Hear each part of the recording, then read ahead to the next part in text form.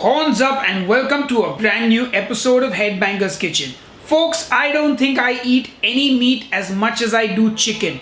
And I do love chicken if I'm being honest. Not chicken breast as much as I like chicken thighs and chicken legs. And today I've got a simple recipe for you. It's a 2-ingredient marinade for chicken thighs and it is amazing and it is delicious. Anyway, enough jibber jabber, let's get cooking. For this recipe, we are using boneless and skinless chicken thighs, and that is what I recommend you use as well. Chicken thighs are almost impossible to overcook, and trust me, you won't regret it. Now, if you must use chicken breast, read the blog post on headbangerskitchen.com for cooking instructions. I'm just going to use a pair of poultry shears to chop the thighs into nice bite-sized pieces. Now, you can use a knife, but I was being lazy and I didn't want to dirty up the cutting board, so I'm using the scissors. You can of course leave the thighs whole, but trust me, it's much better when you cut it up into smaller pieces. That way the marinade gets over more surface area of the chicken. Oh yeah! Time to marinate the chicken, and this is the simplest marinade. We're going to use some dark soya sauce, about a tablespoon, and a tablespoon of some high quality honey.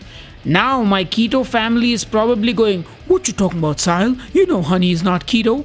And yes, honey is not keto, but fam, I got you covered. If you are on keto, use some keto-friendly maple syrup like this Lakanto maple syrup that I've got. You can also use some erythritol or stevia or monk fruit if you don't have this. Anyway, give that chicken a good mix, and yes, that's it. Just 2 ingredients to marinate the chicken, and now you want to let it marinate for an hour at least. After an hour, I get my pan on the stove. I spray it with some olive oil pan spray.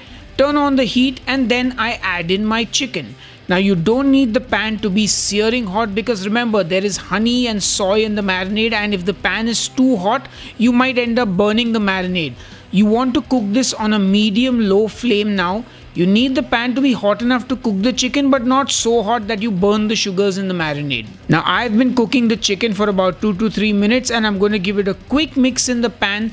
After which I will just cover it with the lid and cook it for another 2 to 3 minutes. By this time the chicken will have released some of its meat juices, and along with the marinade you'll notice there is liquid in the pan. The idea now is to cook this on a medium flame, as I told you earlier, till the liquid starts to thicken up. It will become a sticky glaze and it will coat all that chicken.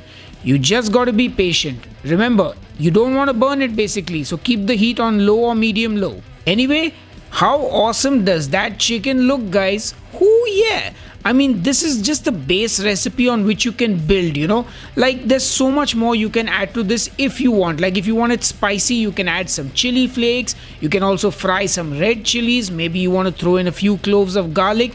The world is your oyster. And I always like to throw in a few wok tosses when cooking chicken like this. And now you can see that all the liquid has been cooked off and the chicken is coated in that sticky glaze. So I get the pan off the stove. Now take a minute and just admire the view. The view of the chicken, that is. That's what I'm talking about.